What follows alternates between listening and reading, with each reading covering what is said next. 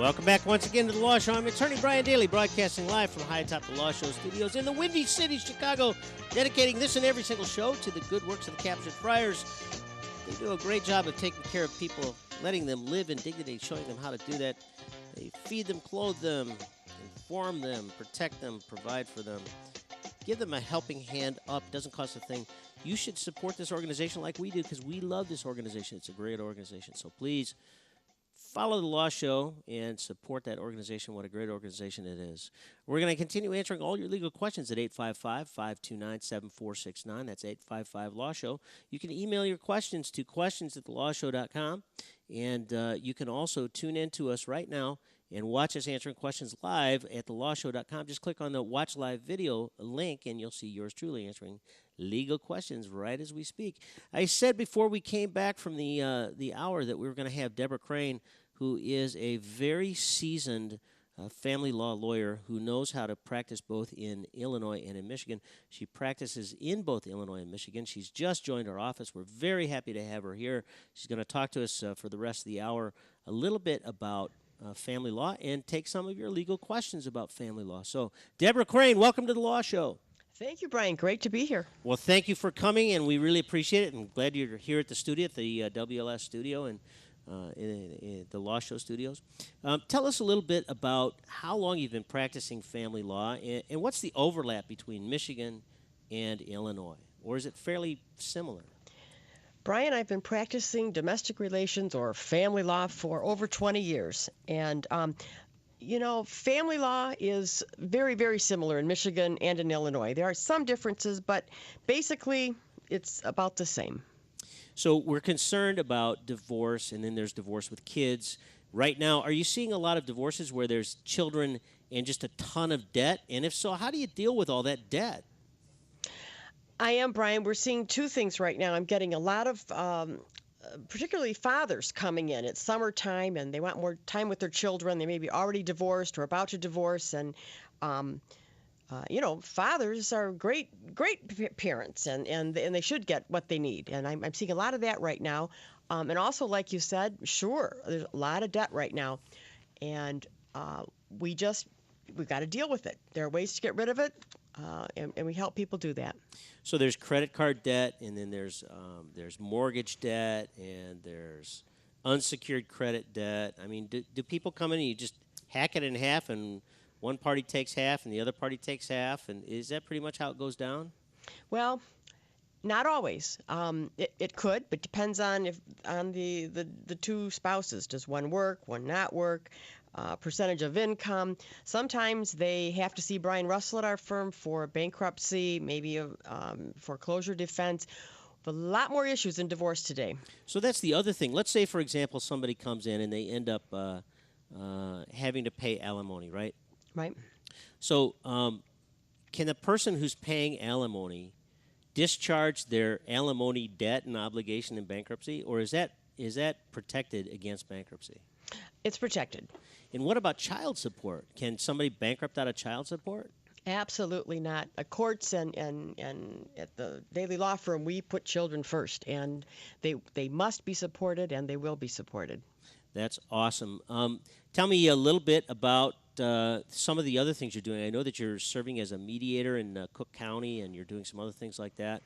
Tell us, just sort of round out your practice for us, if you will. Well, we're very busy right now, but always room for more clients. We have, as I said, it's summertime, so we are getting a lot of calls about parenting time issues. And it needs to be more fair. And as I said, fathers especially step up sometimes more in the summer. I'm seeing that. I do a lot of mediation work for couples who maybe have many things worked out but just need some help or some direction. Often they have attorneys, and they're sort of at a standpoint, and it gets expensive. So they ask their attorneys to come to me and mediate. Okay. Saves them money. Yep. Now, tell me about grandparents' rights. I've been talking about grandparents' rights. I know that in Michigan, there really aren't grandparents' rights unless both parties agree that the grandparents should see the child, but then you don't need to go to court if that's the case. But what if one doesn't agree, and how does it apply in Illinois? Well, it can be tough, but you got to look at each case. And if there's a divorce going on or a legal matter involving the children, the grandparents may have standing to come in. If they have one parent who may agree, they have a better chance. It is tough, but it can be done. If they have both parents that disagree, then they're pretty much SOL, as we say in the business, right? Well, they are, unless there is some legal matter involving the children in the court. Okay. So, and then I guess that pretty much says it all. I appreciate you being here. We're going to try to get a few questions on family law. We're going to go back to the phones right now. I'm Attorney Brian Dailey, broadcasting live from high atop the Law Show studios. We're answering all your legal questions. And today is the day you want to call if you've got a family law question, if you want to increase the child support you're receiving, or if you want to decrease the child support that you're paying, if you want to get divorced, or if you need to get divorced. Today's the day to call with Debra Crane. She's here to answer all those questions. We're going to go back to the phones right now. We're going to talk to Jefferson. Jefferson, you're on the Law Show. Jeff. Yes. You're on the Law Show. Can you hear? Okay, can you hear me? Yes, sir.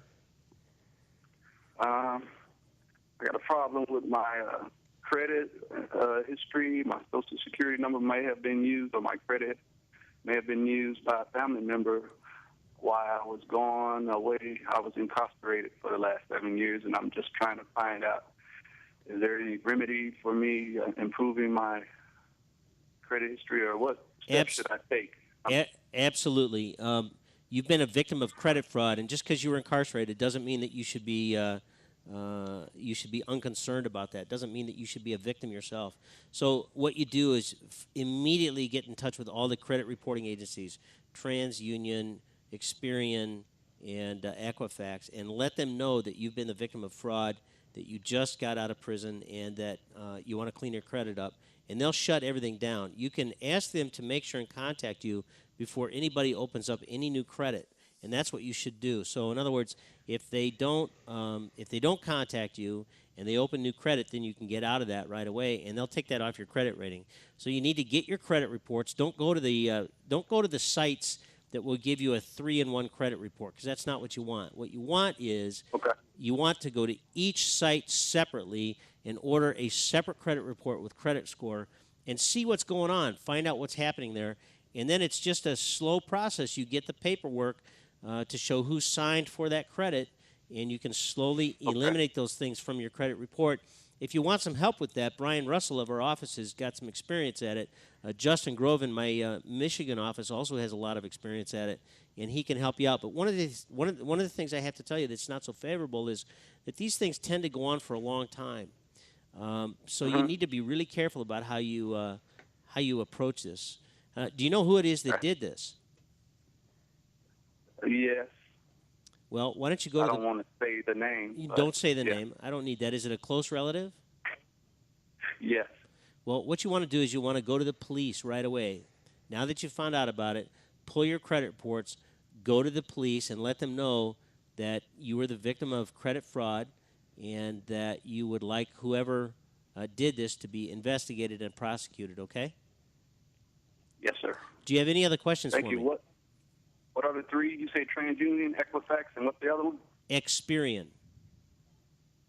Okay. All right? But don't Thank there's you when very you much. when you start searching for this, you're going to see all kinds of sites that will promise you a 3-in-1 credit report. You don't want to do that. And the reason why you don't want to do that is because each credit reporting agency has their own formula and different information. So you want to find out what they're saying about you, okay? It's really, really important. Okay. If you need some help, Thank you very much. that's fine, Jeff. You call us anytime. If you need some help, you call us.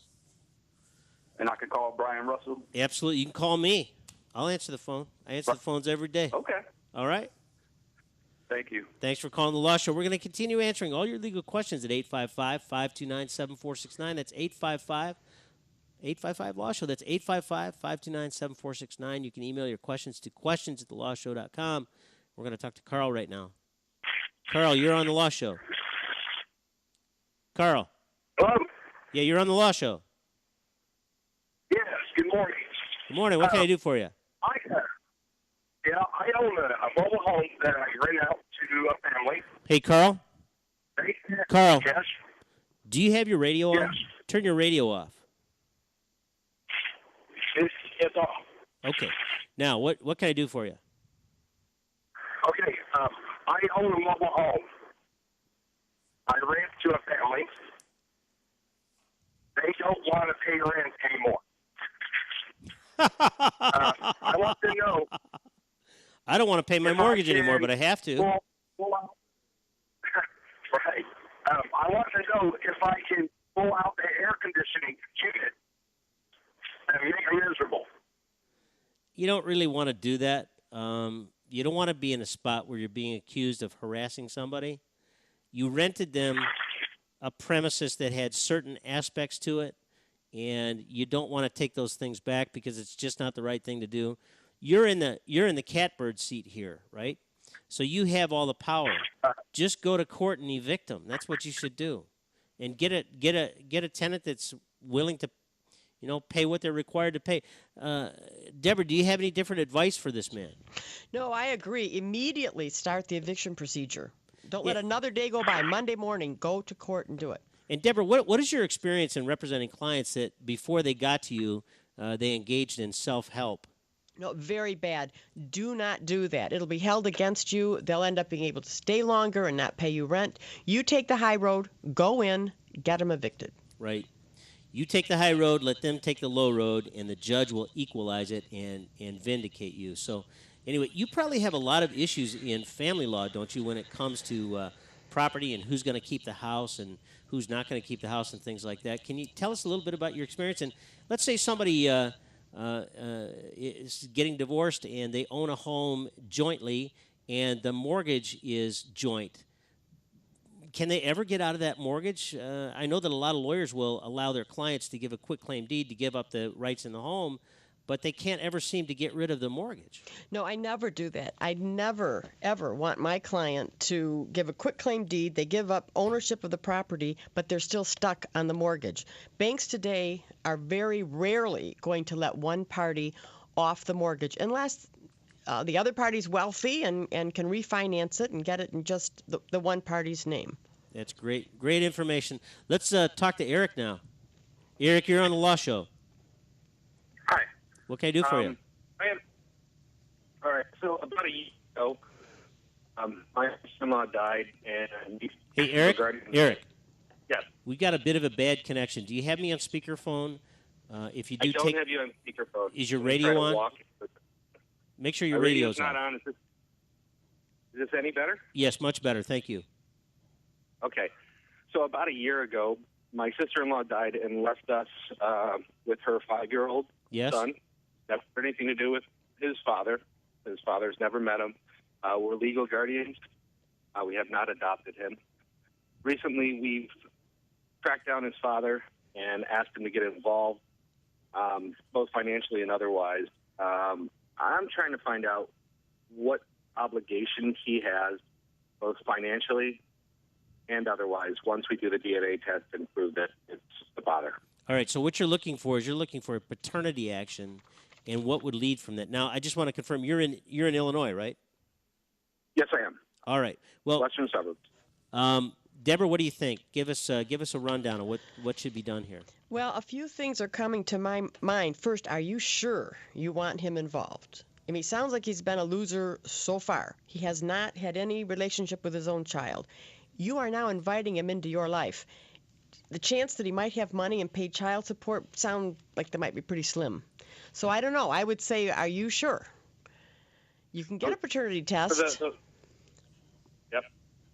Go ahead. The financial part, we definitely want to track down. We know that he's employed. We know where he's employed.